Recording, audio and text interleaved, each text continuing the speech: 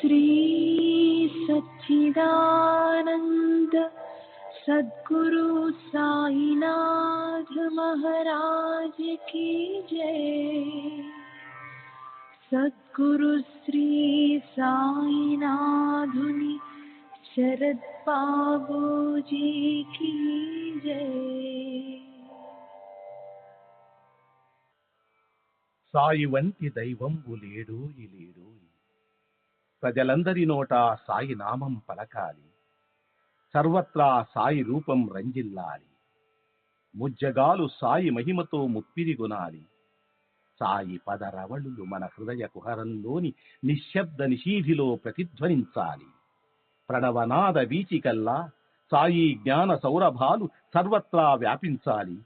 ఆ సుజ్ఞాన సౌరభాల ఆస్వాదనలో మన మనసులు మత్తెక్కాలి. సాయి ప్రేమామృత ధారలు అంతటా నిరంతరం వర్షించాలి.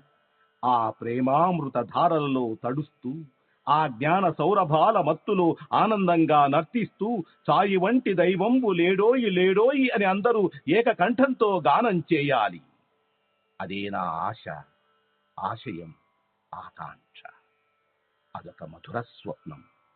ఆ స్వప్న సాఫల్యం కోసం శ్రీ సాయినాథుని అనన్య ప్రేమతో, ఆర్ద్రతతో ప్రార్థించటమే మనం చేయగలిగింది, చేయవలసింది. Shri Babuji.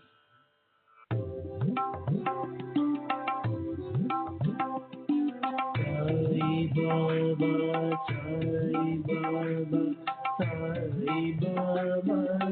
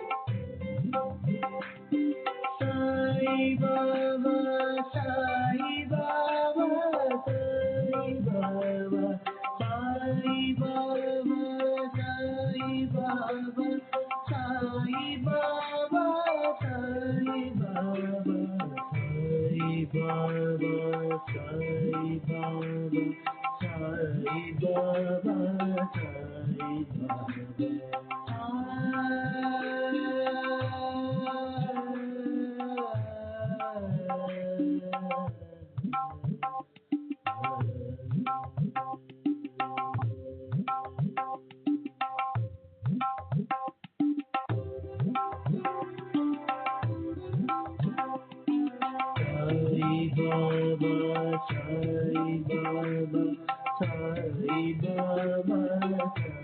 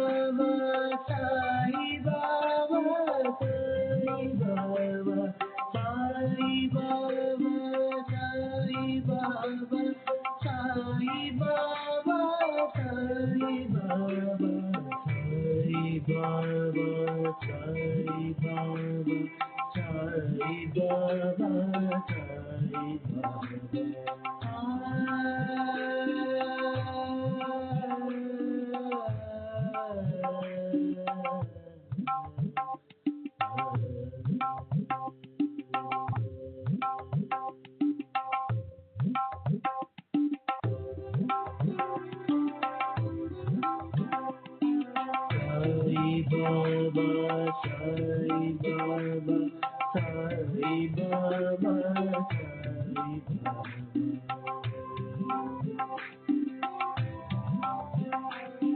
Sai Baba, Sai Baba, Sai Baba, Sai Baba.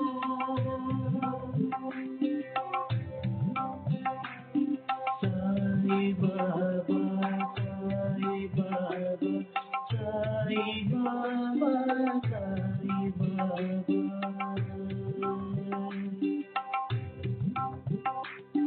Sai Baba, Sai Baba, Sai Baba, Sai Baba.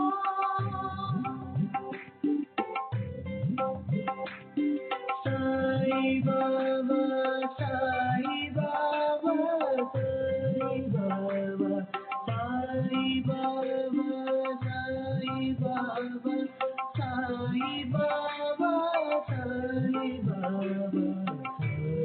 Baba, Sai Baba, Sai Baba, Sai Baba, Sai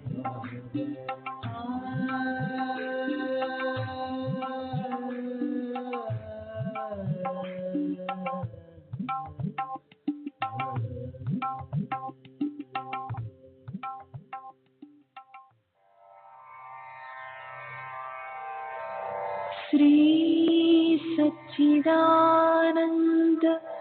सद्गुरु साईनाथ महाराज की जय। सद्गुरु श्री साईनाथुनि शरद बाबूजी की जय।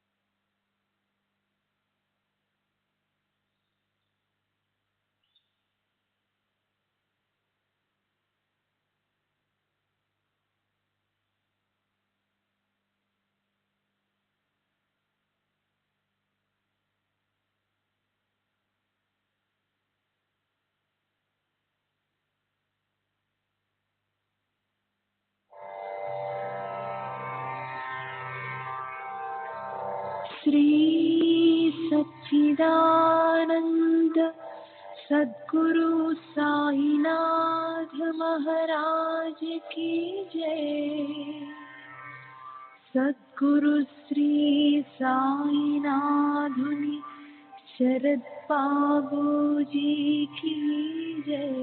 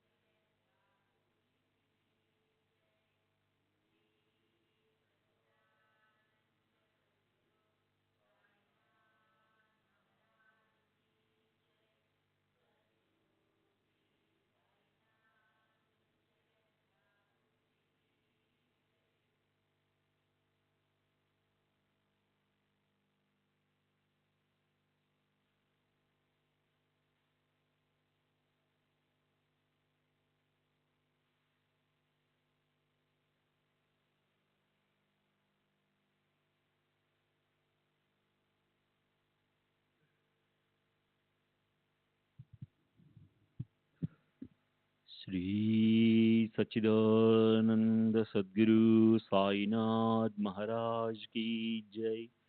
सद्गुरु श्री साईनाथ शरद बाबू जी की जय। శ్రీ సాయినాథాయ నమః. శ్రీ సాయిబాబా సత్య చరిత్ర 50వ అధ్యాయం నిన్నటి తరువాయి. సంసారంలో ఉంటున్నప్పుడు ప్రారబ్ధవశాన ఆయా సందర్భాల్లో అనుభవించడానికి వచ్చిన భోగాలు అజ్ఞానంతో జరిగే కర్మల వల్లనే వస్తాయి. వీటిని మొదట్లోనే తెలుసుకోవాలి. సత్యం జ్ఞానమనంతం బ్రహ్మం. జ్ఞానమే సత్యం, బ్రహ్మ అంటే అనంతం, అంటే శాశ్వతుడు. అవిద్య మాయ అనేది పూర్తిగా భ్రమ. అది నశించిపోయినప్పుడే భ్రమాత్మక జ్ఞానం దూరమవుతుంది. దేహాభిమానం పోని వారిని సజ్జనులని ఎలా అనాలి? అభిమానానికి స్థానం మూర్తీభవించిన అజ్ఞానం. దాన్ని మాయ అనే వరదలంటారు. దానిలో ఈ జగత్తు లీనమైపోతుంది. మనసుని భ్రమింపజేసే సంసారానికి మూలాధారం అజ్ఞానం. అజ్ఞానం నుంచే అది ఉదయిస్తుంది. దీని వైభవం కూడా అజ్ఞానం నుంచే పుడుతుంది. ఏకత్వం దగ్గర అనేకత్వపు భావన ఉంటుంది. దానికి మూల స్థానం కూడా అజ్ఞానమే. మసక చీకటిలో దారిలో ఉన్న తాడు అయి ఉండి కూడా పాముగా కనిపిస్తుంది. ఎంతో భీతి కలుగుతుంది. పాము కనిపించడం కేవలం అజ్ఞానం. ఆ అజ్ఞానం నశించకపోతే మనసు భయం నుంచి బయటపడదు. కొందరికి పూలదండలా అనిపిస్తుంది. కొందరి కళ్ళకి కర్ర ముక్కలా కనిపిస్తుంది.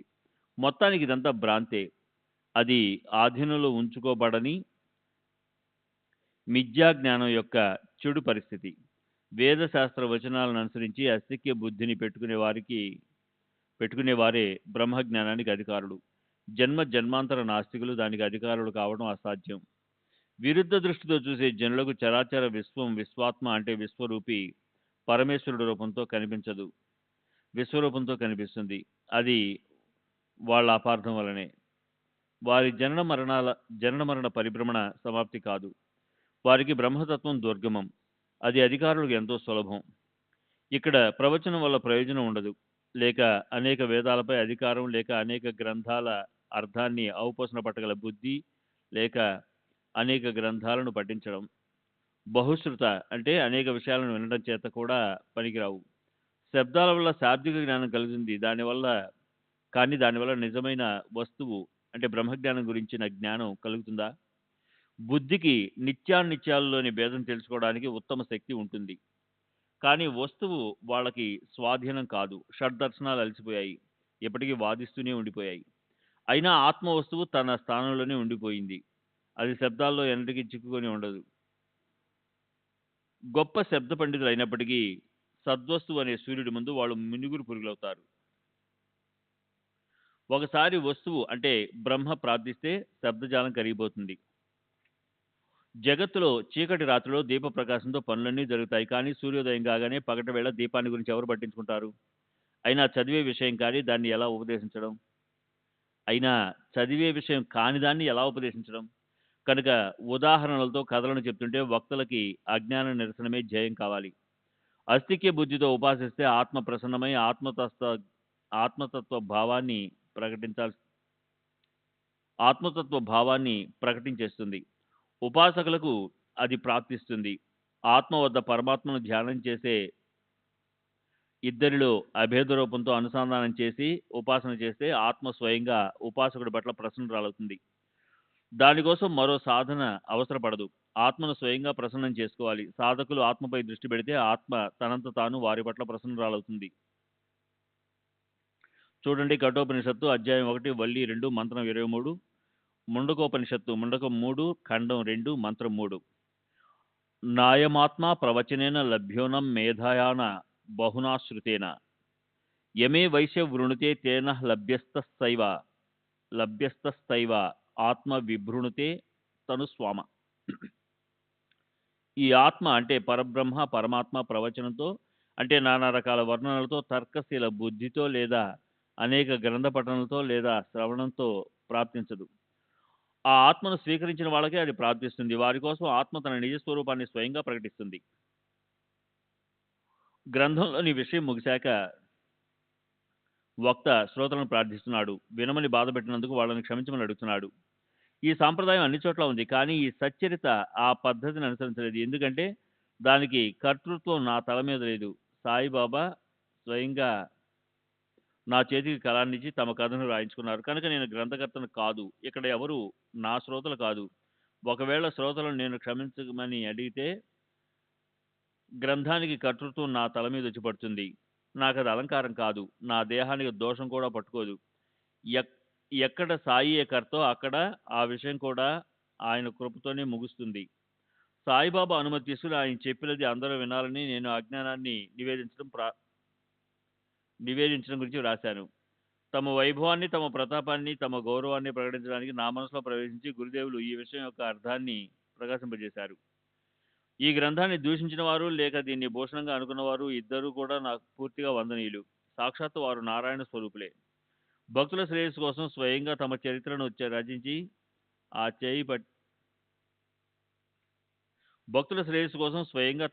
రచించి ఈ హేమాడ్ పంత్ చేతిని పట్టుకుని శ్రీ సాయిబాబా ఈ చరిత్రను రాయించారు.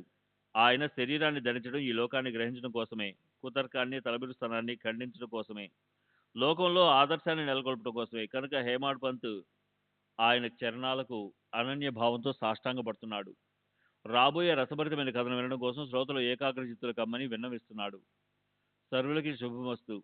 ఈ ప్రకారంగా సత్పురుషులు సజ్జనులు ప్రేరణ కలిగించిన భక్త హేమాడ్ పంత్ రచించిన శ్రీ సాయి సమర్థుల సత్య చరిత్రలోని అజ్ఞాన నిరసం అనే పేరు గల 50వ అధ్యాయం ముగిసింది. శ్రీ సద్గురు సాయినాథ్ అర్పణమస్తు. శుభం భవతు. శ్రీ సచ్చిదానంద సద్గురు సాయినాథ్ మహారాజ్ की जय. सद्गुरु श्री साईनाथुनि शरद बाबू जी की जय.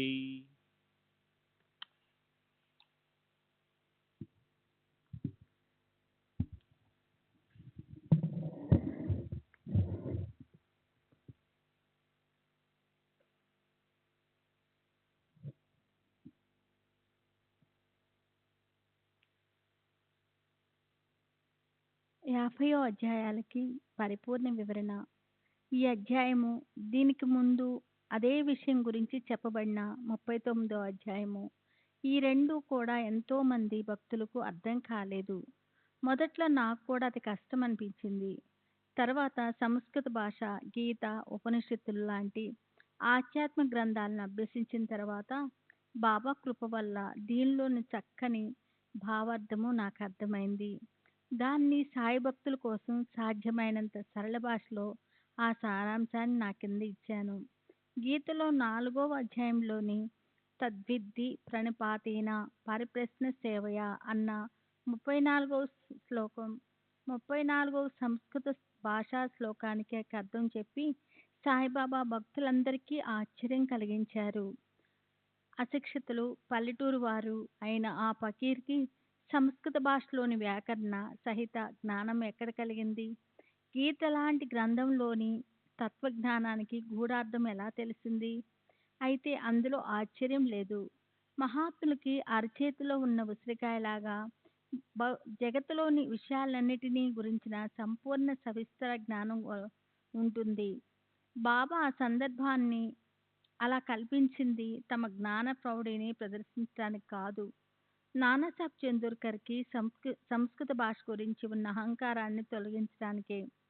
అక్కడున్న భక్తులు అజ్ఞానాన్ని నశింపజేసి జ్ఞానాన్ని ఎలా పొందాలన్న విషయాన్ని బోధించడానికే బాబాకి భక్తులకి ఇది చెప్పాలన్న ఆలోచన వచ్చింది. సరే, ఈ ప్రస్తుత సంస్కృత శ్లోకానికి సరళమైన అర్థం ఇది. గురువు పాదాలకి ప్రణిపాతం చేసి గురుసేవకు జీవితాన్ని అంకితం చేసి ఆదరపూర్వకంగా ఆయన్ని ప్రశ్నిస్తే జ్ఞానులు జ్ఞానాన్ని ఉపదేశిస్తారు. బాబా దీని భావార్థాన్ని చక్కగా స్పష్టంగా చెప్పారు. అంతేకాదు, జ్ఞానము అనే మాటకు బదులు అక్కడ అజ్ఞానం అనే మాటను తీసుకోమని చెప్పి గురువు శిష్యునికి జ్ఞానానికి బదులు అజ్ఞానాన్ని ఉపదేశిస్తారు. అంటే అది అంత ప్రయోజనకరము, ఫలదాయకము అన్న వినూత్నమైన తత్వాన్ని అందరికీ ఆయన యుక్తమైన పద్ధతిలో చెప్పారు. ప్రణిపాతము అంటే కేవలం సాష్టాంగ నమస్కారం కాదు. భూమి మీద పడినట్లు శిష్యుడు తన శరీరాన్ని గురుచరణాలపై పడేయవలసి ఉంది. తాము స్వయంగా ఎంతో శూన్యంగా, గురువే సర్వస్వం అన్నట్లు పూర్తిగా నమ్రతతో కాయ, వాచ, మనస శరణాగతి భావంతో ఉండాలి. పరిప్రశ్న అంటే నిజమైన జిజ్ఞాసతో తన శంకను చక్కగా తీర్చుకోవటానికి గురువుని మళ్ళీ మళ్ళీ ప్రశ్నించాలి. గురువుగారిలో ఏదో ఒక పొరపాటును పట్టుకొని ఆయన్ని హేళన చేయటానికో లేదా సహజంగా తమాషాకి ఏదో ఒక ప్రశ్నను వేద్దాంలే అన్నట్లు కాదు. సేవ అంటే గురుపాదాలు నొక్కటం లాంటి సేవలు కాదు. ఆ సేవలో గురువుకి తను మన ధనాలన్నిటినీ అర్పించాలి. అలాగే ఈ సేవను నేను చేస్తున్నాను, ఆ సేవ చేసేందుకు లేక ఆపేందుకు నాకు స్వతంత్రం ఉంది అన్న అహంభావం ఉండకూడదు. నా సర్వస్వాన్ని నేను గురువుకి అర్పించాను. దానికి ఆయనే యజమాని కనుక అది ఆయన సేవకే ఉపయోగించాలి. ఆ విషయంలో నాకు ఎలాంటి గొప్పతనము లేదా నిర్ణయము తీసుకునే అధికారము లేవు అన్న వినమ్రభావం ఉండాలి. జ్ఞానం అనేది ఉపదేశించగల విషయం కాదు. అది మానవుల్లో ప్రతి ఒక్కరిలోనూ స్వయం ప్రకాశకంగా ఉంది. అయితే అది అజ్ఞానంతో ఆచ్ఛాదించబడి ఉంది. మాలిన్యాన్ని, అద్దాన్ని, నాచు, శుద్ధ జలాన్ని కప్పేసినట్లు మాలిన్యాన్ని, అద్దాన్ని, నాచు, శుద్ధ జలాన్ని కప్పేసినట్లు అజ్ఞానము జ్ఞానాన్ని కప్పేస్తుంది. ఆ మాలిన్యాన్ని లేదా నాచుని తెలివిగలవారు దూరంగా నెట్టేస్తారు. వారికే ఆ స్వచ్ఛమైన ప్రతిబింబం కనిపిస్తుంది లేదా శుద్ధ జలము లభిస్తుంది. గురువు ఉపదేశించేది అజ్ఞానాన్ని గురించే అయి ఉంటుంది. దానికి పరిణామమే జ్ఞానము. జ్ఞానం ఉత్పన్నం చేయబడేది కాదు. అది మూలంలో ఉన్నదే. దాన్ని ఉచ్చరించను కూడా లేము. ఉపదేశించబడిన శబ్దాలు వైద్యుడి కత్తిలాగా శిష్యుని కళ్ళల్లోని శుక్లాలనే పొరను తీసేస్తాయి. అప్పుడు శిష్యుడు కనుచూపు చక్కబడటం మొదలై అతనికి తాను చైతన్యతు చైతన్య రూపుడు చైతన్య రూపుడునన్న స్పృహ కలుగుతుంది. గురువు ఉపదేశించే గురువు ఉపదేశించే శిష్యుడు వదిలేసే ఆ జ్ఞానం అంటే ఏమిటి? అది క్రింద ఇవ్వబడిన విధంగా ఉంటుంది. 1. కంటికి అగుపించే ఈ జగతంతా మాయ ఆడే ఆట. అయితే దాన్ని నిజమనుకోవటం అజ్ఞానము. నిద్రలో కలొచ్చినప్పుడు మేలుకొని ఉండే మనసు కళ్ళు లేకపోయినా స్వయంగా అఖిల త్రిభువనాలను అవలోకిస్తుంది. దీనికంతటికీ కారణం అవిద్య. నిజానికి ఉండే వస్తువు ఒకటే, కానీ అది మరోలా కనిపిస్తుంది. త్రాడు పాములా కనిపిస్తుంది. ముత్యపు చిప్ప వెండిలా అనిపిస్తుంది. కేవలం అవి సూర్యకిరణాలే అయినా జనులు వాటిని మృగజలం అంటే ఎండమావులు అంటారు. ఇది మాయ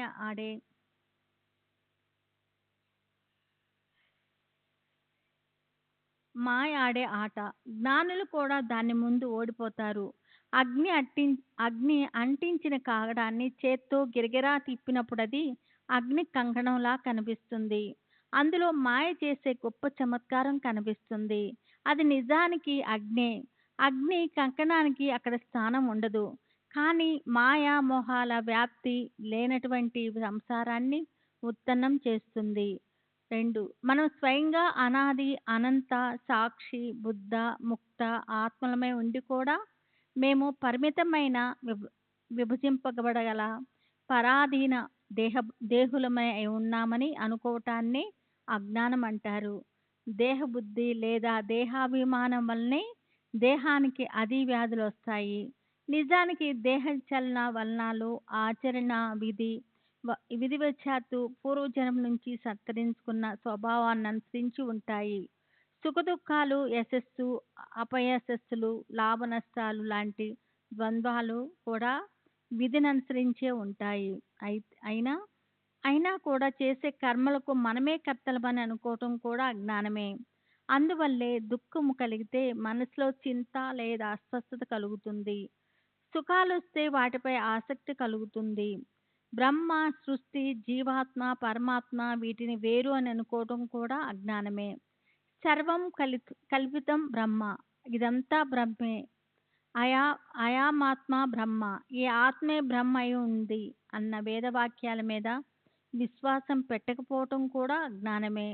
పైకి మాత్రం సాత్వికత మీద కోరిక, కానీ మనసు ఎప్పుడూ సంశయాలతో నిండి ఉండటము, ఒక్క క్షణం కూడా అవమానాన్ని సహించకపోవటం, కడుపులో మాన సన్మానాల గురించి, కీర్తి గురించి తీవ్రమైన కోరిక పెట్టుకొని పైకి ధ్యానస్థులై ఉన్నట్టు నటించడం, లోపల కామక్రోధాలు గర్జిస్తూ ఉండటము, లోపల అన్ని రకాల దుష్కర్మలు చేస్తూ సదాచరణకు చోటే లేకుండా వివేకం ఏమాత్రం లేకపోవటం, కానీ బయటకు బ్రహ్మనిష్టను ప్రదర్శించటం. శబ్ద, స్పర్శ, రూప, రస, గ్రంథ విషయాల వెనుక ఇంద్రియాలు పడితే వ్యర్థంగా శక్తి ఖర్చు అవుతుంది. అడుగడుగునా అధోగతి భీతి ఉంటుంది. శబ్దము, స్పర్శ, రూపము మొదలైన 5 విషయాలకు సంబంధించిన సుఖం చివరికి దుఃఖమే. శబ్ద విషయానికి హరిణ్యం మైమర్చిపోయి తమ ప్రాణాన్ని పోగొట్టుకుంటుంది. స్పర్శ విషయాన్ని ఏనుగు అనుభవించి అంకుశపు పోట్లను సహించవలసి వస్తుంది. రూపం విషయంలో కీటకం మైమర్చిపోయి తన శరీరాన్ని దగ్ధం చేసుకుంటుంది. చేప తన చేప రసవిష సుఖాన్ని ఉపభోగిస్తుంది. వెంటనే ప్రాణాలు పోగొట్టుకుంటుంది. భ్రమరము గ్రంథ విషయంలో చిక్కు భ్రమరము గంధ విషయంలో చిక్కుకొని కమలము పురేకుల్లో బందీ అయిపోతుంది. ఒక్కొక్క విషయం వల్ల ఇంత అనర్థం వచ్చినప్పుడు, 5 విషయాలు ఏకాగ్రతమైనప్పుడు ఎంత భయంకరమైన సందర్భం వస్తుందో. ఇవైతే పశు పక్షులు జలచరాలు అయితే, తెలివి ఉన్న మానవ ప్రాణాలు విషయాల వెనుకబడి వాటి దుస్థితిని అనుకరిస్తారు. దీనికన్నా అజ్ఞానం ఏమిటి? ఎవరి లక్ష్యము సదా ద్రవ్యము వైభవాల వైపే ఉంటుందో, ఎవరి మనస్సు విషయాలతో అసంతృప్తిగా ఉంటుందో, ఎవరికి తన భార్యాపుత్రుల గురించి అఖండ చింతన ఉంటుందో వారిది జ్ఞానం కాదు, అజ్ఞానమే అని తెలుసుకోవాలి. అలా ధనంతో భార్యాపుత్రులతో మోహింపబడిన మానవులు జ్ఞానులైనా వాళ్ళు తమ హితాన్ని తెలుసుకోలేరు. అవిద్యతో మాయతో చుట్టబడిన జీవులు అజ్ఞానం వైపు పాపం వైపు ఆకర్షింపబడతారు. ఆవు స్తనం పాలతో నిండి కారిపోతుంటుంది. అక్కడే ఉండే గోమారు దాన్ని గట్టిగా పట్టుకుని ఉంటుంది. కానీ రక్తాన్ని ఇష్టపడే గోమారు పాల గురించి పట్టించుకోదు. కప్పకి భ్రమరానికి కమలమే అందమైన ఇల్లు. కానీ భ్రమరము సౌరభాలు గుంబాళించే కమలంలోని పరాగాల్లా విహరిస్తుంది. అయితే కప్ప కమలం క్రింద ఉండే బురదనే ఆహారంగా తీసుకుంటుంది. జ్ఞాననిధి ఎదురుగా కనిపిస్తున్నప్పటికీ మూర్ఖులు అజ్ఞానం వైపే లాగబడతారు. మూర్ఖులకి అజ్ఞానమే జ్ఞానంలా అనిపిస్తుంటుంది. వారి ముందు జ్ఞాన పఠనము జరుగుతున్నా దానివల్ల ఏ ప్రయోజనము ఉండదు. కామ క్రోధాల వల్ల పెద్ద పెద్ద జ్ఞానులు బుద్ధి భ్రష్టుమైపోయి వాళ్ళు అధోగతికి పోతారు. ఉపాయం గురించి తెలిసి తప్పించుకోలేరు. మనసుకేం దోస్తే అదే చేస్తారు. చేయకూడని వాటిని కూడా తప్ప చేస్తారు. ఏ వస్తువు గురించి మొదట అసహ్యం అనిపిస్తుందో అదే వస్తువుని ఇష్టపడే మనుషులు వాటిని స్వీకరిస్తారు. ప్రయత్నపూర్వకంగా పాపాలను తప్పించుకునే వాళ్లే దైవయోగంతో పాపాలు చేయటంలో ప్రవృత్తులవుతారు. ఒకవేళ గొప్ప జ్ఞానులై ఉండి పాపపు నీడను కూడా కోరనటువంటి వారైనప్పటికీ దీపాన్ని చూసి మైమర్చే కీటకంలా చేసే పనుల్లో మంచి చెడును తెలుసుకోలేరు. పాపాలను చేయటమే అజ్ఞానమని వాళ్ళకి తెలిసి ఉంటుంది. అయితే కామవాసన ప్రకోపించటం వల్ల జ్ఞానాన్ని వారు పట్టించుకోరు. చందన వృక్ష పొలంలో చుట్టుకొని ఉండే కాలసర్పంలా కామక్రోధాలనే ప్రేగు జ్ఞానమనే గర్భాన్ని బయట నుంచి చుట్టివేసి ఉంటుంది. ఇంద్రియాలు బుద్ధి మనస్సు అనేవి ఆ కామవాసానికి స్థానము. వాటి వల్ల జీవుడు జ్ఞానం కప్పబడి కప్పబడిపోయి అది జీవుణ్ణి మోహంలో పడేస్తుంది. నీకు చందనం కావాలంటే ఆ సర్పాన్ని నాశనం చేయి. కామక్రోధాలు ఆచ్ఛాదనను దూరం చేస్తే జ్ఞాననిధి దొరుకుతుంది. తామ జ్ఞానులమని ప్రదర్శించుకోవటం, అహిత కర్మలు చేయటం ఇవన్నీ అజ్ఞానమే. గురూపదేశం వల్ల శంక పెట్టుకోవటము, ఆ మాటలపై శ్రద్ధ విశ్వాసం లేకపోవటం కూడా అజ్ఞానమే అనాలి. సంశయం మూలకంగా అజ్ఞానం ప్రకటమవుతుంది. జ్ఞానంలో సంశయం ప్రవేశిస్తే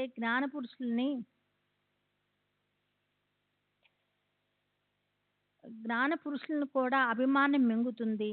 పాలతో నిండి ఉన్న పెద్ద గిన్నెలో పులిసిన గంజి ఒక్క బొట్టు పడినా పాలన్నీ విరిగిపోయి పాడైపోతాయి. కనుక మొదట అజ్ఞానం అంటే ఏమిటో తెలుసుకోవాలి. దాని నిరసనతో మనసు శుద్ధమవటంతో అత్యంతక జ్ఞానం ప్రకటమవుతుంది. అజ్ఞానం అయితే తెలిసింది కానీ దాన్ని దూరం చేసుకొని జ్ఞానాన్ని ఎలా ప్రాప్తింపు చేసుకోవాలి? దానికి ఉపాయం ఏమిటి? అయితే దాన్ని గురించి బాబా తర్వాత హేమాడ్ పంత్ ఇలా చెప్పారు. శ్రీ సచ్చిదానంద సద్గురు సాయినాథ్ మహారాజ్ కీ జై. సద్గురు శ్రీ సాయినాథ్ బాబూజీ కీ జై.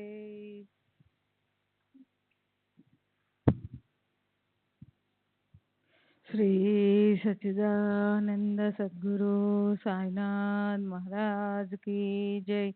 సద్గురు శ్రీ సాయినాథుని శరత్ బాబూజీ కీ జై.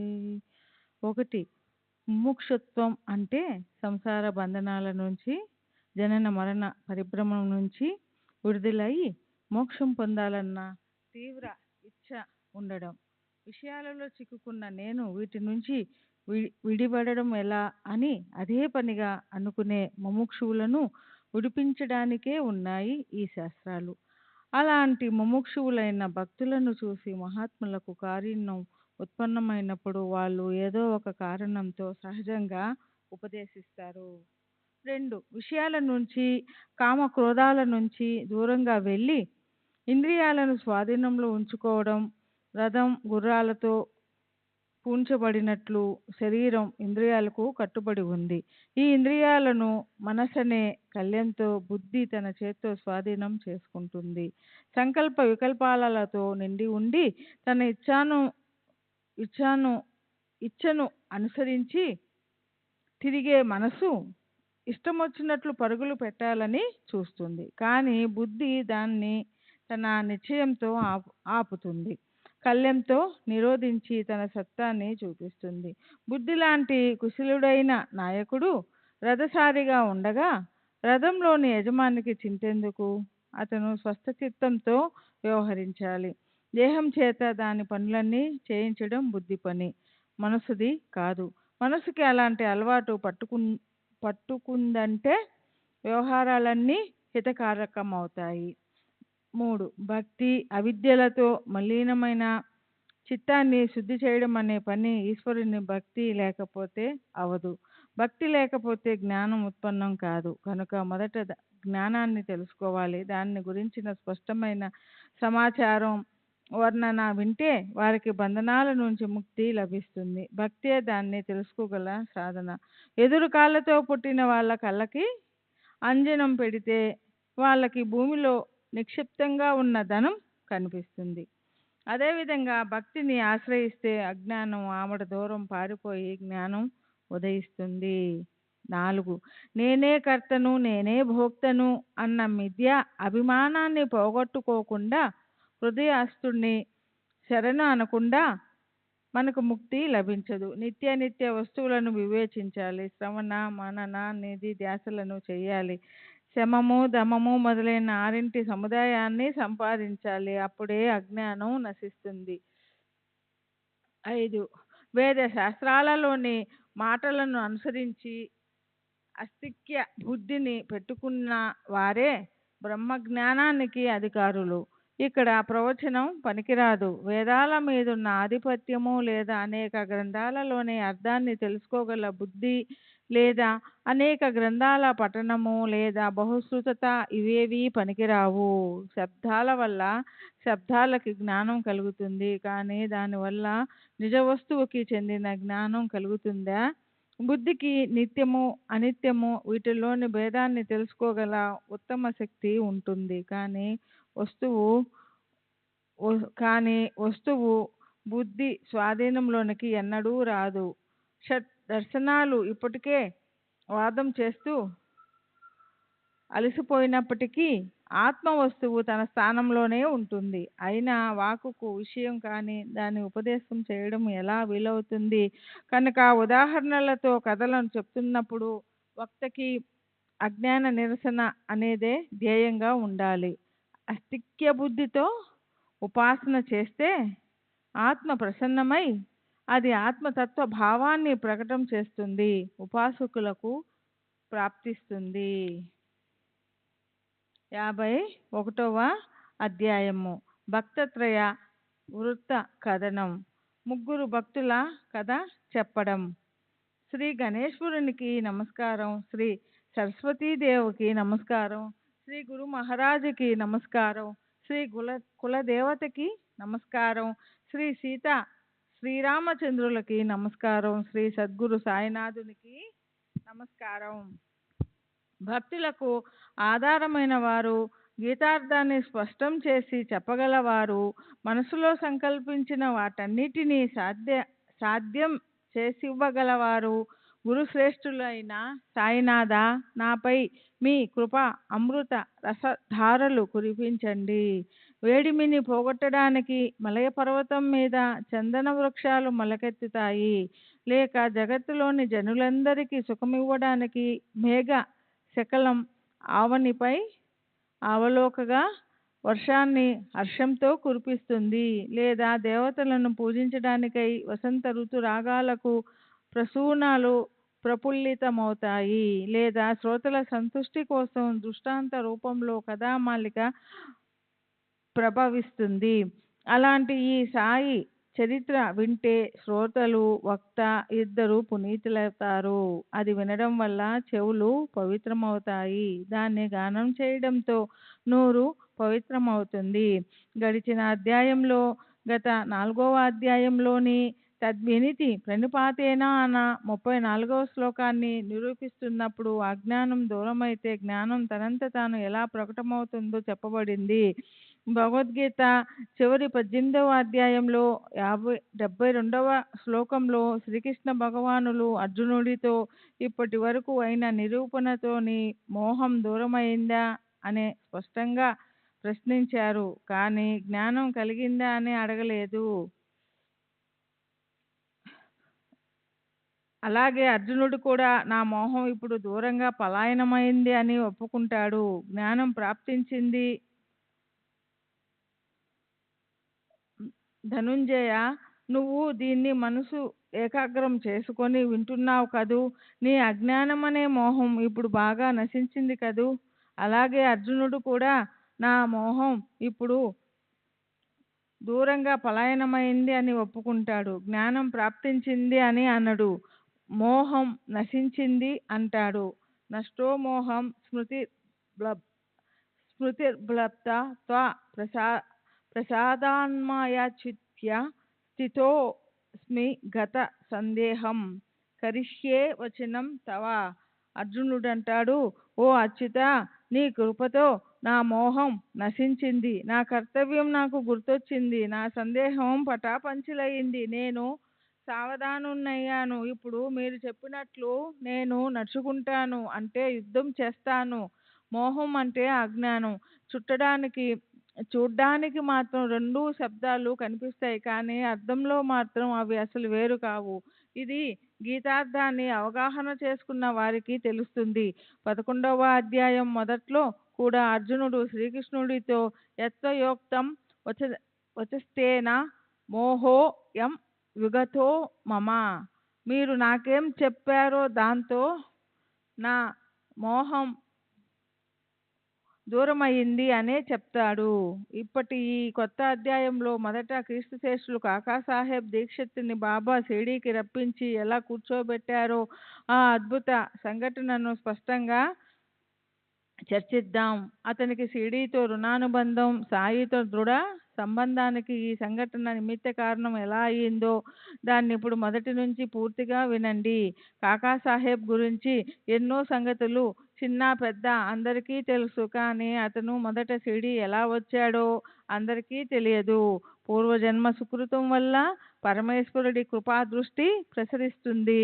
తరువాత దానివల్లే సద్గురుతో కలయిక ఏర్పడి శిష్యుడికి ఆత్మానుభవం అవడం వల్ల కలిగే ఆనందం ప్రాప్తిస్తుంది. కాకాసాహెబ్ కథతో పాటు ఈ అధ్యాయం మరి ముగ్గురి కథలను వర్ణిస్తుంది. ఇందులోని ముగ్గురి భక్తుల పుణ్య యోగాన్ని వింటే శ్రోతల మనసుకి సంతోష తుషార బిందువుల చిరుజల్లై కురుస్తాయి. పారమార్థికాన్ని పొందడానికి వేరే కోటానుకోట్ల ఉపాయాలు చేసినప్పటికీ సద్గురు కటాక్ష వీక్షణాలు పడకుండా పరమార్థం వచ్చి ఒళ్ళో వాలదు. ఈ విషయానికి సంబంధించిన కమనీయ గాథను వింటే శ్రోతల మనసులోని కోరిక ఈడేరి వారి మనోప్రాంగణంలో తమ శ్రేయస్సును సాధించుకోవడంపై ప్రీతి ఉత్పన్నమై అది అలా అలా పెరిగిపోతుంది. అత్యంత పవిత్రమైన ఈ అధ్యాయం గురుభక్తులకు తృప్తి కలిగిస్తుంది. శ్రోతలు తమ శ్రేయస్సు కోసం దీన్ని మనసును ఏకాగ్రం చేసి వినాలి.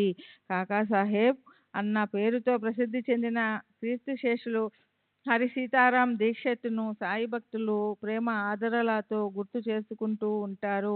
బహుశ్రుతుడైన అతని గత చరిత్ర వృత్తాంతము రసిక శ్రోతలను ఆనంద వీచికలతో అలరిస్తుంది. కనుక వినడానికి ఉత్సాహం ఉరకలు వేసే భావిక భక్తుల సంతోషం కోసం దాన్ని నేను చెప్తున్నాను. క్రీస్తు శకం 1909వ సంవత్సరానికి ముందు సాయి అనే పేరు గురించి తెలియదు. తెలియని వాడే ఆ తరువాత సాయికి పరమ ప్రసిద్ధ భక్తుడైనాడు. విశ్వవిద్యాలయంలో శిక్షణ అయిపోయి ఎన్నో సంవత్సరాలు గడించాక ఓసారి నానాసాహెబ్ చందోర్కర్ లోనావాలకు వచ్చాడు. దీక్షిత్ అతనికి పాత మిత్రుడు. వాళ్ళు కలిసి ఎన్నో సంవత్సరాలయ్యింది. వాళ్ళు ఒకరినొకరు కష్ట సుఖాలను వెళ్ళబోసుకున్నారు. లండన్లో బండెక్కుతూ ఉంటే కాలు జారి దీక్షిత్ కాలికి దెబ్బ తగిలింది. ఎన్ని ఉపాయాలు చేసినా అది ఉపశమించలేదు. అలా వాళ్ళు మాట్లాడుతున్నప్పుడు సహజంగా ఆ బాధ గురించిన ప్రస్తావన వచ్చింది. నాన్న మనసుకి ఆ విషయంలో శ్రీ సాయిబాబా సాయం చేస్తారని అనిపించింది. అతను దీక్షిత్తో ఇలా అన్నాడు, కాలి కుంటితనం పూర్తిగా నయమవ్వాలని నీ మనసులో ఉందా? అయితే నా గురువు దర్శనానికి వెళ్దాం పదా. తరువాత నాన్న ఎంతో అద్భుతమైన విషయాలు చెప్పాడు. సాయిబాబా గురించిన సమాచారాన్ని, ఆ మహానుభావుడి గొప్పతనాన్ని ఆనందంతో దీక్షిత్కి చెప్పాడు.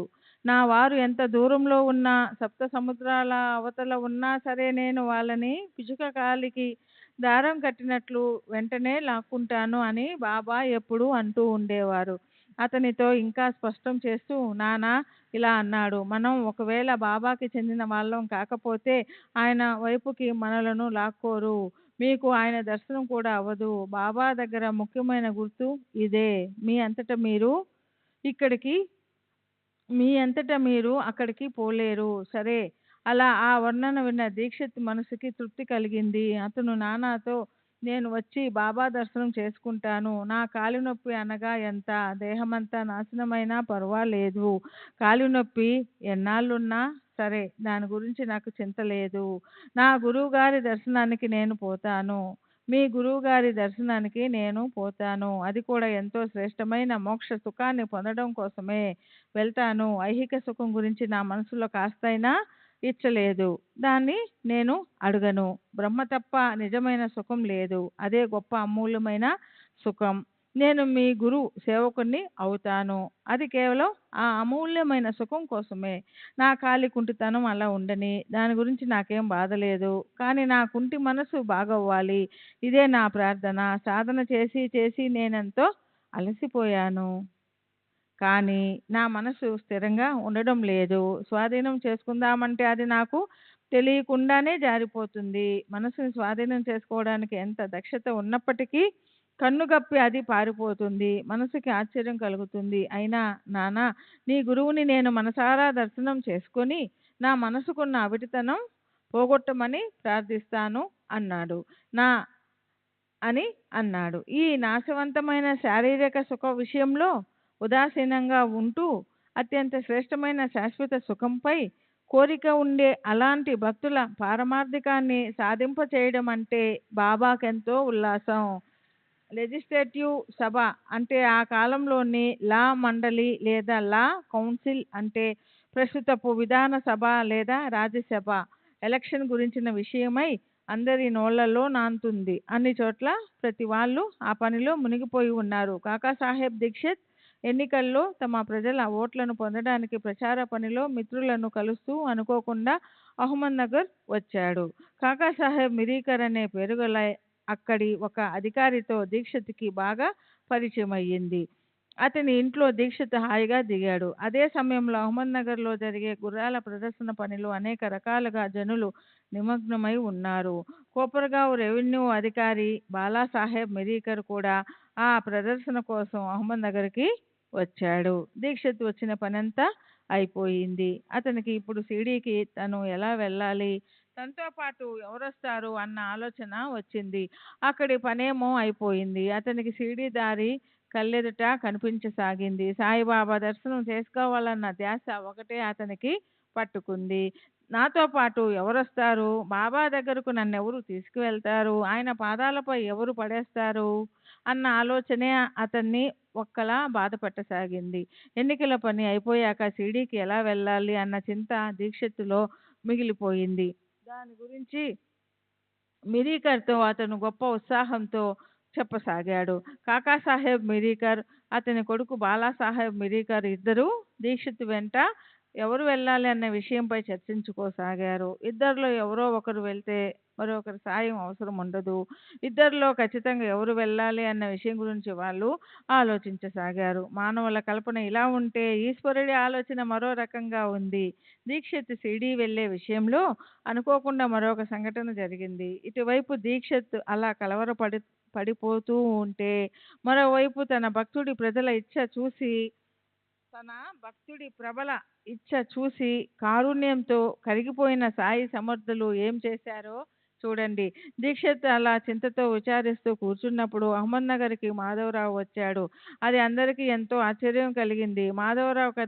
మాధవరావు అతని మామగారు అహ్మద్నగర్ నుంచి మీ అత్తగారికి బాగా సృష్టి చేసింది, వెంటనే భార్యని తీసుకొని వచ్చేయ్ అని టెలిగ్రామ్ పంపాడు. టెలిగ్రామ్ రాగానే భార్యాభర్తలు ఇద్దరూ తయారైపోయి బాబా ఆజ్ఞ లభించగానే వాళ్ళిద్దరూ చితలి స్టేషన్కి వెళ్ళారు. 3 గంటల రైలు దొరికింది. వాళ్ళిద్దరూ అహ్మద్నగర్ చేరుకున్నారు. గుర్రబండి వెళ్ళి ఇంటి ముందు ఆగగానే ఇద్దరు కిందికి దిగారు. ఇంతలో అదృష్టవశాత్తు నానాసాహెబ్ పస్నే, అప్పాసాహెబ్ గద్రే గుర్రాల ప్రదర్శన గురించి అదే మార్గంలో వెళ్తూ ఉన్నారు. అనుకోకుండా మాధవరావు బండి నుంచి దిగడం కనిపించి వారికి ఎంతో ఆశ్చర్యం కలిగింది. వారి ఆనందానికి పట్టపగ్గాలు లేవు. వారు మనసులో ఇలా అనుకున్నారు, చూడు, అదృష్టవశాత్తు బాబా సన్నిహితుడు మాధవరావు షిరిడీ నుంచి వచ్చాడు. దీక్షిత్ని షిరిడీ తీసుకెళ్లేందుకు ఇంతకన్నా మంచితోడు ఎవరు? అప్పుడు వాళ్ళిద్దరూ మాధవరావుని కేక వేసి పిలిచి ఇలా అన్నారు, మిరీకర్ దగ్గరికి కాకాసాహెబ్ దీక్షిత్ వచ్చాడు. మీరు వెళ్ళి బాబా లీలను చూడండి. దీక్షిత్ మాకు పాత స్నేహితుడు. మీ రాకతో అతనికి ఎంతో సంతోషం కలుగుతుంది. ఈ ప్రకారంగా మాధవరావుకి వీడ్కోలిచ్చి పస్నే, గద్రేలు ఈ విషయాన్ని దీక్షిత్కి చెప్పారు. అది విని అతని చింత దూరంగా పారిపోయింది. మనసుకెంతో సంతోషం కలిగింది. మాధవరావు మామగారి ఇంటికి వెళ్ళి చూసినప్పుడు అత్తగారి ఆరోగ్యం కుదుటపడింది. అప్పుడు అతను కొద్దిపాటి విశ్రాంతి తీసుకున్నప్పుడు ఇంతలో మిరీకర్ నుంచి అతనికి కబురు వచ్చింది. కబురు పెట్టిన వారిపై గౌరవంతో ఎండ చల్లబడ్డాక మాధవరావు దీక్షిత్ని కలిసేందుకు వెళ్ళాడు. అతన్ని కలవడం ఇతనికదే మొదటిసారి. బాలాసాహెబ్ మిరీకర్ అతన్ని దీక్షిత్కి పరిచయం చేశాడు. అప్పుడు వాళ్ళిద్దరూ రాత్రి 10 గంటల రైలుకి షిరిడీకి వెళ్లేందుకు ప్రయాణం నిశ్చయమైంది. అలా నిశ్చయించుకున్న తరువాత జరిగిన అద్భుతాన్ని చూడండి. బాలాసాహెబ్ మిరీకర్ అక్కడున్న బాబా ఫోటోపై ఉన్న తెరను తొలగించాడు. ఆయన్ని పూజ్య త్రినేత్రుడైన శంకరుడిగా భావించి ప్రేమతో పూజించే బాబాకి గొప్ప భక్తుడైన మేగుడు బాబా ఛాయాచిత్రాన్ని అద్దం పగిలిందన్న కారణంతో బాగు చేయించడానికి బాలాసాహెబ్ మిరీకర్తో పంపించాడు. అలా అది అహ్మద్నగర్కి ముందే వచ్చేసింది. ఆ చిత్రమే బాగా ఈ బట్టతో కప్పబడి దీక్షిత్ కోసం ఎదురు చూస్తూ మిరీకర్ హాల్లో ఉంది. గుర్రాల ప్రదర్శన అయిపోయి బాలాసాహెబ్ తిరిగి రావడానికి ఇంకా కొద్ది సమయం పడుతుంది కనుక ఆ చిత్రాన్ని షిరిడీకి తీసుకెళ్లే బాధ్యత మాధవరావు మీద పెట్టబడింది. తెరను తొలగించి ఆ చిత్రాన్ని విప్పి మాధవరావుకి అప్పగించి బాబా సాన్నిధ్యంలో షిరిడీ వరకు సుఖంగా వెళ్ళు అన్నాడు.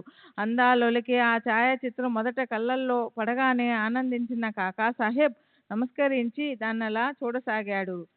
ఆ విచిత్ర సంఘటనతో అనుకోకుండా రమ్యమైన ఆ పవిత్ర సాయి సమర్థుల ఛాయాచిత్రాన్ని చూడడంతో దీక్షిత్ కళ్ళు ఆశ్చర్యంతో రెప్పవాల్చడం మర్చిపోయాయి. ఎవరి దర్శనం చేసుకోవాలని మనసులో కోరిక పెట్టుకున్నాడో ఆయనకి చెందిన ఈ మూర్తిభవించిన చిత్రం దారిలోనే కనిపించినందుకు దీక్షిత్తులో ఆనందాల హరివిల్లులు వెల్లివిరిశాయి. ఆ ఫోటో కూడా షిరిడీ నుంచి కాకాసాహెబ్ మిరీకర్ ఇంటికి రావడం, అదే సమయంలో దీక్షిత్ అక్కడ ఉండడం, ఆ యోగ్యమంతా నిజంగా చిత్రమే కదూ. దీక్షిత్ మనసులో కలిగిన భావాలను నిజం చేయడం కోసం ఆ ఛాయాచిత్రం మిషతో సాయి సమర్థులే మిరీకర్ ఇంటికి వచ్చారు. లోనావాలాలో నానాని కలిసి అతనితో మాట్లాడినప్పుడే అక్కడే సాయి సమర్థుని ఆకర్షణకు కలయికకు బీజం నాటబడింది. లేకపోతే షిరిడీ నుంచి ఈ చిత్రం అదే సమయంలో అక్కడెందుకు రావాలి? అంతసేపు అక్కడ ఆ చిత్రం అచ్చదించబడి ఎందుకుండాలి? శ్రీ సచ్చిదానంద సద్గురు సాయినాథ్ మహారాజ్ కీ జై. సద్గురు శ్రీ సాయినాథుని శరత్ బాబూజీకి జై.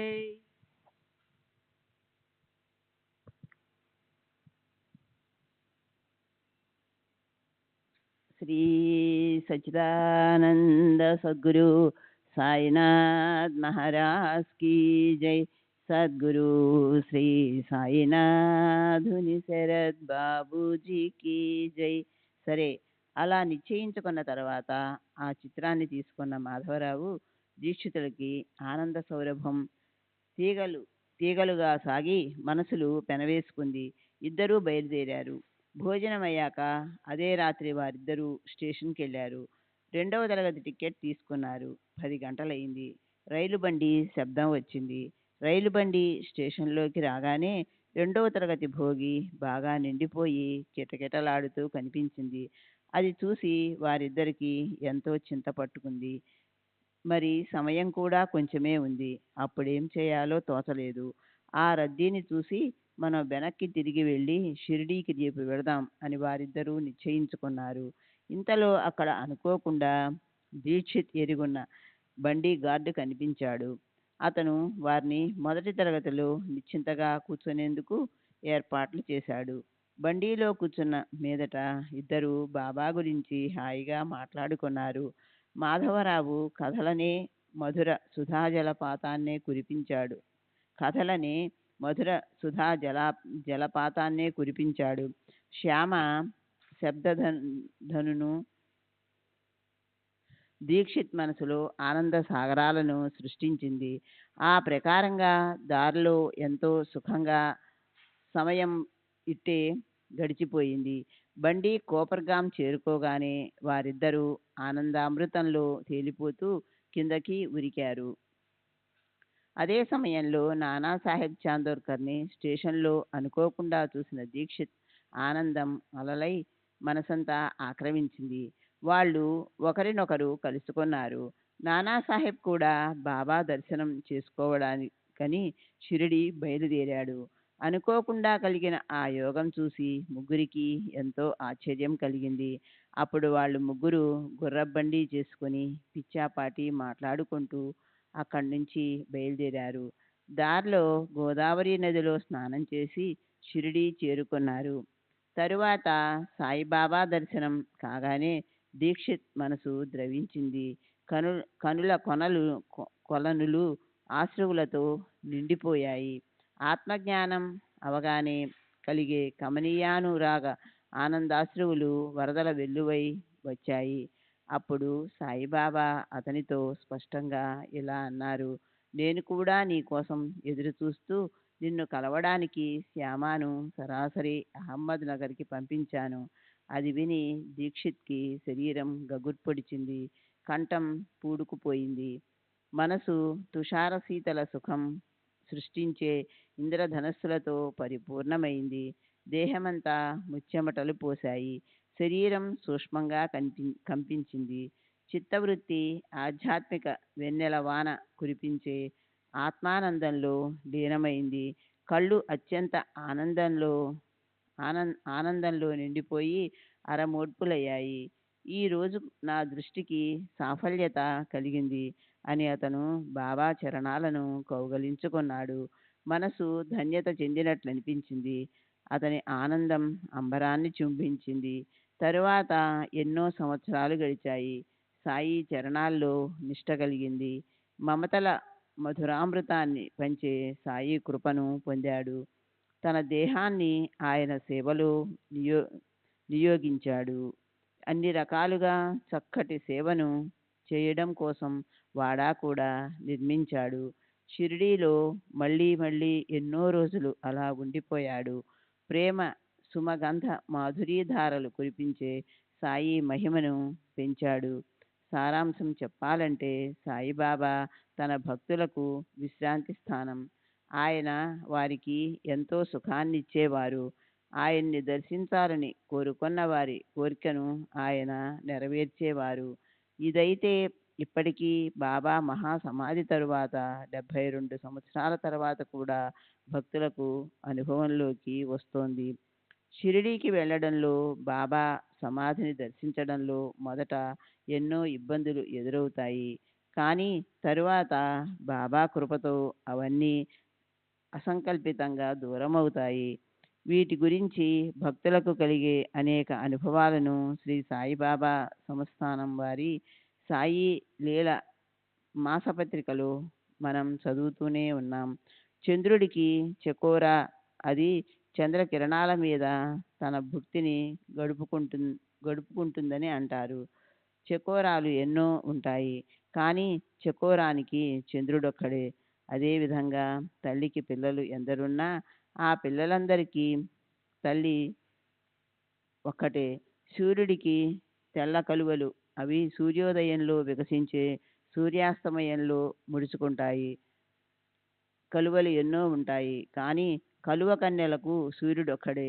అదేవిధంగా మీకు భక్తులు అపారంగా ఉంటారు, కానీ వారందరికీ శ్రేష్ఠుడైన గురువు తండ్రి మీరొక్కరే.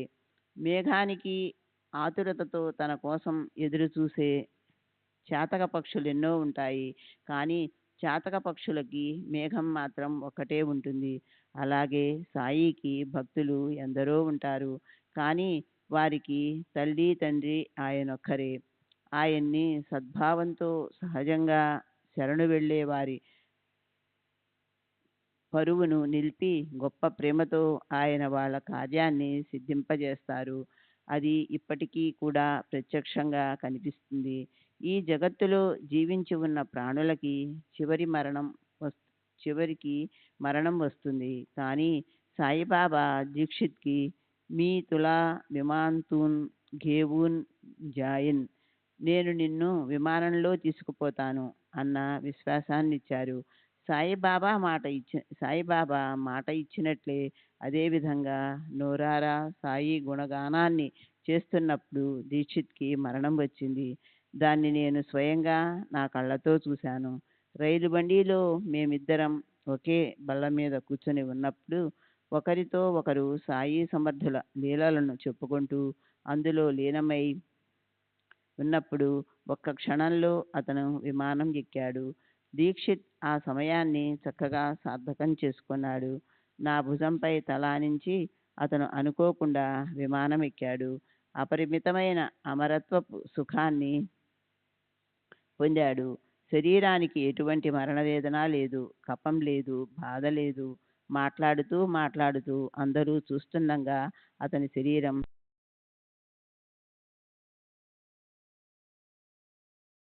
వదిలేసి అతను తన ఆత్మలో తన ప్రాణజ్యోతిని కలిపాడు.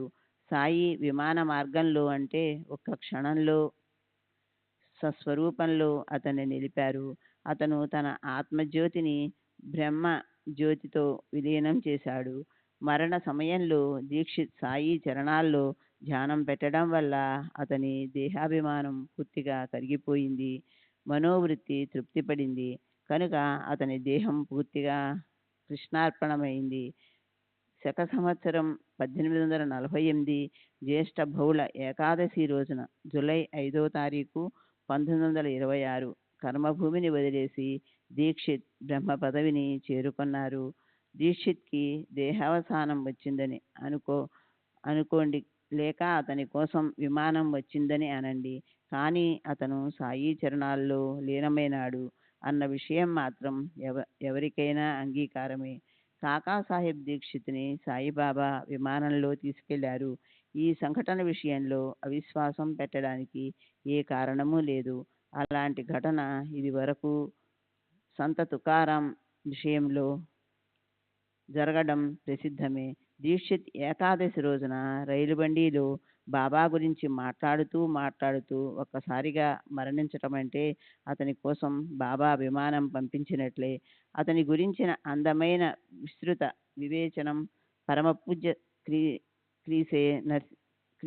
కీర్తిశేషులు నరసింహ స్వామి తన లైఫ్ ఆఫ్ సాయిబాబా అన్న ఇంగ్లీష్ గ్రంథంలో 2వ భాగంలో కాకా దీక్షిత్ అండ్ సద్గతి అన్న శీర్షికలు ఇచ్చారు. దాని అనువాదం పాఠకులకు నచ్చుతుందని, ప్రబోధాత్మకంగా ఉంటుందని క్రింద ఇచ్చాను. భక్తుల జీవితాలకు యోగ్యమైన గతిని ఇచ్చేటప్పుడు భక్తులకున్న దాని గురించిన భావన విశేషించి శాస్త్రాలకు సామాజిక నియమాలకు అనుసరించి ఉన్నప్పుడు భక్తుల తృప్తి కోసం సాయిబాబా తన గురించిన ఆలోచనను సహజంగానే చేస్తుండేవారు. ఏకాదశి రోజున మరణించిన వారు స్వర్గానికి పోతారని అందరికీ తెలుసు. కాకాసాహెబ్ కూడా అలాంటి భావనే ఉండేది. శ్రీ సాయి సచ్చరిత్రను వ్రాసిన ఉపోద్ఘాతంలో అతను అలా అని వ్రాశాడు కూడా.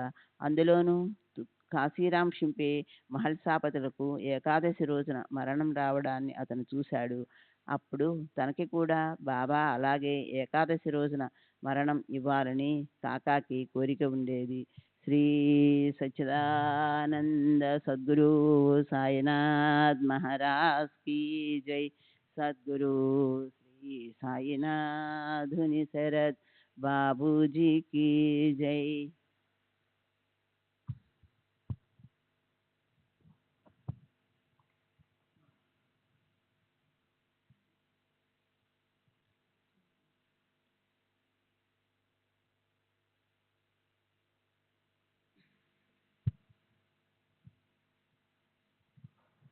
ఈ సచ్చిదానంద సద్గురు సాయినాథ్ మహారాజ్ కీ జై. సద్గురు శ్రీ సాయినాథుని శరత్ బాబూజీ కీ జై. భక్తుల జీవితాలకు యోగ్యమైన గతిని ఇచ్చేటప్పుడు భక్తుల కన్నా దాని గురించిన భావన విశేషించి శాస్త్రాలను సామాజిక నియమాలను అనుసరించి ఉన్నప్పుడు భక్తుల తృప్తి కోసం సాయిబాబా దాని గురించిన ఆలోచనను సహజంగానే చేస్తుండేవారు. ఏకాదశి రోజున మరణించిన వారు స్వర్గానికి పోతారని అందరికీ తెలుసు. కాకాసాహెబ్ కూడా అలాంటి భావనే ఉండేది. శ్రీ సాయి సచ్చరిత్రకు రాసిన ఉపోద్ఘాతంలో అతను అలా అని రాశాడు కూడా. అందులోనూ కాశీరాం షింపే మహల్సాపతులకు ఏకాదశి రోజున మరణం రావటాన్ని అతను చూశాడు. అప్పుడు తనకి కూడా బాబా అలాగే ఏకాదశి రోజున మరణం ఇవ్వాలని కాకాకి కోరిక ఉండేది. మృత్యువుకు ముందు రోజు అంటే 1926వ సంవత్సరం జూలై 4వ తారీఖు రోజున రాత్రి కాకా నిత్య నియమంగా చదివే ఏకనాథ్ మహారాజ్ గారి భావార్థ రామాయణంలోని పఠనంలో సుందరకాండలోని 21వ అధ్యాయంలో గజేంద్ర మోక్షం కథ వచ్చింది. ఆ తర్వాత పడుకున్నప్పుడు నిద్రలో అతనికి ఒక కల వచ్చింది. అందులో అతను అన్నాసాహెబ్ దబోల్కర్ని సాయిబాబా కౌగలించుకోవటం చూశాడు.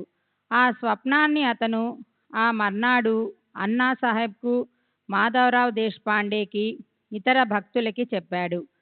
మర్నాడు అంటే మరణించే రోజు ఉదయం ఏకనాథ్ భాగవత పారాయణంలో కూడా అతను 15వ అధ్యాయంలోని అష్టసిద్ధుల్లోని పరకాయ ప్రవేశ శ్లోకం దాని మీద ఏకనాథ్ మహారాజు గారి అందమైన వివేచనను గొప్ప ప్రేమతో చదివారు. కాసేపట్లో ఆ దేహాన్ని వదిలేసి మరొక ఉత్తమ దేహంలో ప్రవేశింపచేయించాలన్న కారణంతోనే బాబా కాకాకి శిక్షణ ఇచ్చారు. సరే, 1926వ సంవత్సరం జూలై 5వ తారీఖున ఏకాదశి రోజున కాకాసాహెబ్ విలేపార్లే నుంచి ముంబైలోని డాక్టర్ దేశ్ముఖ్ ఆసుపత్రిలో చేర్పించిన తన కొడుకు రామకృష్ణని ఉరఫ్ బాబు, ఇతనికి నాగపూర్లో జరగబోయే వడుగు కథ 46వ అధ్యాయంలో 25వ ఓవిలో ఉంది చూడడానికి బయలుదేరారు. తన కొడుకు రామకృష్ణను చూడడానికి బయలుదేరారు. తనతో పాటు అన్నాసాహెబ్ దబోల్కర్ కూడా బాంద్రాలో ఉన్న తన ఇంటికి వెళ్లేందుకు బయలుదేరాడు. అంతకుముందు కాకాసాహెబ్తో పాటు అతని బంగళాలో అన్నాసాహెబ్ భజన చేసి పారాయణ వింటూ కొంతసేపు ఆనందంతో గడిపాడు. వారిద్దరూ, రఘునాథ్ టెండూల్కర్, వీరు ముగ్గురు స్టేషన్కి వచ్చారు. అప్పుడు బండికి నిర్దేశించబడ్డ సమయం అయిపోయింది. కానీ ప్లాట్ఫామ్ మీదకు వచ్చాక వారికి బండి ఇంకా రాలేదని తెలిసింది. అప్పుడు వెంటనే దాన్ని పట్టుకొని వాళ్ళందరూ బండిలో ప్రవేశించారు. కాకాసాహెబ్ నోటిలో నుంచి, చూడండి అన్నాసాహెబ్, బాబా ఎంత దయామయిలో ఆయన బండిని ఒక్క క్షణంలో దొరికేలా చేశారు. మనం ఒక్క క్షణమైనా దానికోసం ఎదురు చూడనవసరం లేకపోయింది. తరువాత జేబులో నుంచి రైల్వే టైం టేబుల్ తీసి అతను దాన్ని చూస్తూ ఇలా అన్నాడు, బాబా బండిని ఆలస్యంగా రప్పించటం వల్ల మనం పార్లేలో నిరీక్షణతో కాలం గడపవలసి వచ్చేది. నిజంగా ఇది సాయిబాబా కృపే. ఆ ప్రకారంగా అన్నాసాహెబ్ ఎదుట కూర్చొని ఉన్నప్పుడు కాకాసాహెబ్కు మమతల మణిదీపం లాంటి ప్రేమపూర్వకమైన సాయిబాబా కృప గుర్తొచ్చింది. వెంటనే అతను నిద్రించినట్లు అనిపించింది దబోల్కర్కి. అతనికి నిద్ర వచ్చి ఉంటుందనుకున్నాడు. అతను లేచి అతని వద్దకు వెళ్ళి అతని తల పట్టుకొని అతన్ని ఇలా అడిగాడు, ఏమిటి, మీకు నిద్రొస్తుందా? కానీ ఏ రకమైన జవాబు రాలేదు. దబోల్కర్కు భయం వేసింది. కాకాసాహెబ్ స్పృహ తప్పాడు కనుక అతను అతన్ని పట్టుకోబట్టాడు. అప్పుడు కాకాసాహెబ్ పరిస్థితి ఆందోళనకరంగా అయిందని అతనికి తెలిసింది. వేగంగా వెళ్లే బండి స్టేషన్లను వెనక పడేస్తుంది. అన్నాసాహెబ్ టెండూల్కర్తో కాకాసాహెబ్ దేహాన్ని రైలు బోగీలో నుంచి క్రిందకి దించటానికి ఏర్పాట్లు చేస్తాడని గార్డుతో ఈ విషయం చెప్పమని చెప్పాడు. కానీ రద్దీగా ఉండటం వల్ల, వర్షం కూడా జోరుగా కురుస్తుండడం వల్ల వాంద్రా స్టేషన్లో అతను అలా చేయలేకపోయాడు. చివరికి మహీం స్టేషన్లో అతను దిగి గార్డుకి విషయం చెప్పాడు. గార్డు ఫోన్ చేసి పరల్ స్టేషన్లో స్ట్రెక్చర్ని డాక్టర్ని పిలిపించాడు. అక్కడ కాకాసాహెబ్ దేహాన్ని బండిలో నుంచి క్రిందకు దింపారు. డాక్టర్ పరీక్షించి ప్రాణం పోయిందని నిర్ధారించాడు. హఠాత్తుగా మరణం రావటం వలన పంచనామా వగైరాల గురించి ప్రశ్న తలెత్తింది. కానీ అదృష్టవశాత్తు డాక్టర్ నుంచి మరణ ధృవీకరణ పత్రం వెంటనే లభించింది. దేహం అన్నాసాహెబ్ స్వాధీనం చేయబడింది. శ్రీ సచ్చిదానంద సద్గురు సాయినాథ్ మహారాజ్ కీ జై.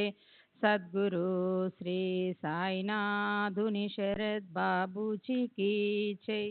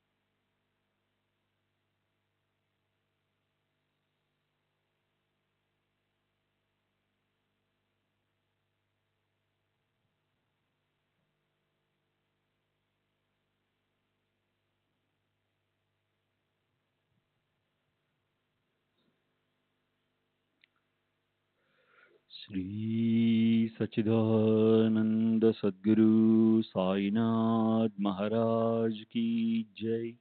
सद्गुरु श्री साईनाथ धुनि शरद बाबूजी की जय. साई रहम नजर करना, बच्चों का पालन करना. साई रहम नजर करना, बच्चों का पालन करना. जाना तुमने जगत पसार, सब ही झूठ जमाना. जाना तुमने जगत पसार, सब ही झूठ जमाना, साई रहम नजर करना, बच्चों का पालन करना, साई रहम नजर करना, बच्चों का पालन करना। मैं अंधा हूँ बंदा आपका, मुझसे पथ दिखलाना, मैं अंधा हूँ बंदा आपका, मुझसे पथ दिखलाना, साई रहम नजर करना, बच्चों का पालन करना, साई रहम नजर करना, बच्चों का पालन करना। दासगण कहे अब क्या बोलूं, थक गई मेरी रसना, दासगण कहे अब क्या बोलूं, थक गई मेरी रसना, साई रहम नजर करना, बच्चों का पालन करना, साई रहम नजर करना, बच्चों का पालन करना। रहमो नजर करो अब मोरे साई, तुम बिना नहीं मुझे माँ बाप भाई, रहमो नजर करो मैं अंधा हूँ बंदा तुम्हारा, मैं अंधा हूँ बंदा तुम्हारा, मैं ना जानू, मैं ना जानू, मैं ना जानू, अल्लाह इलाही। रहमो नजर करो, रहमो नजर करो अब मोरे साई, तुम बिना नहीं मुझे माँ बाप भाई, रहमो नजर करो काली जमाना मैंने गमाया, काली जमाना मैंने गमाया, साथी आखिर का, साथी आखिर का, साथी आखिर का, तुम बिना कोई, रहमो नजर करो, रहमो नजर करो अब मोरे साई, तुम बिना नहीं मुझे माँ बाप भाई, रहमो नजर करो अपने मस्जिद का झाड़ू गड़ो है, अपने मस्जिद का झाड़ू गड़ो है, मालिक हमारे, मालिक हमारे, मालिक हमारे, तुम बाबा साई, रहमो नजर करो, रहमो नजर करो अब मोरे साई, तुम बिना नहीं मुझे माँ बाप भाई, रहमो नजर करो। श्री सच्चिदानंद सद्गुरु साईनाथ महाराज की जय। सद्गुरु श्री साईनाथ निशरद बाबू जी की जय।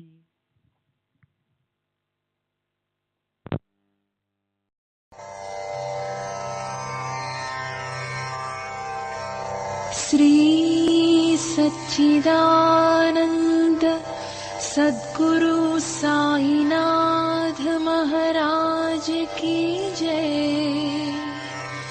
सद्गुरु श्री साईनाथुनि शरद बाबू जी की जय।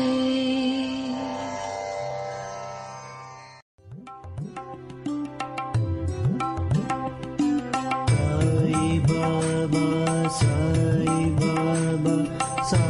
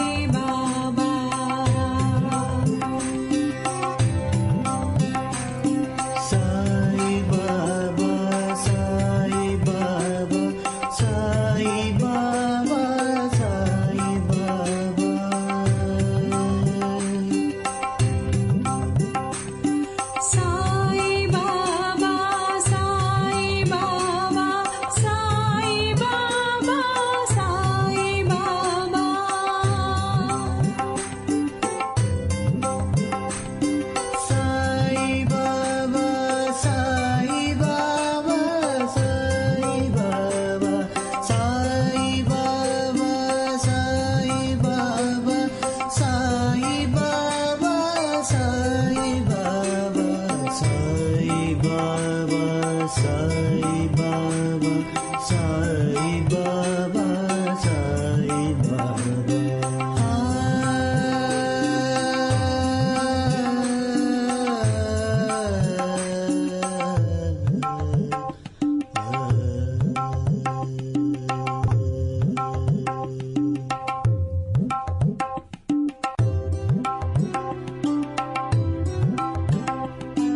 సాయి బాబా సాయి